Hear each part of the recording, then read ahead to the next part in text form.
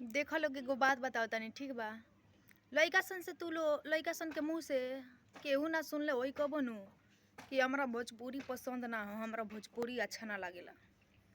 काहे कि सब लइका बोलेलन स कि हमरा भोजपुरी अच्छा लागेला, हम भोजपुरी सुनेनी, हमरा भोजपुरी पसंद ह। लेकिन बाप रे बाप, छोकरिया सन के चुनाइल देखबो लोग न पूरा माथा खराब हो जाई। बाप रे, कोनो कोनो कहली सन कि हमरा भोजपुरी अच्छे ना लागेला, हमरा भोजपुरी पसंदे नइखे, भोजपुरी हमरा बिल्कुल भी अच्छा ना लागेला। आ वही छोकरिया सन के देखबो लोग न शादी बियाह में पगली देखावे अगरबत्ती यही सब पर ठुमका लागत रही। का रे दोगली सन, ई कौन हिंदी गाना ह रे? पगली देखावे अगरबत्ती पर ठुमका लगा रहल बारू सन, फालतू सन। भोजपुरी पसंद ना हो, भोजपुरी पसंद ना हो, भोजपुरी गाना के बिना कोनो शादी बियाह निपटबे ना करेला।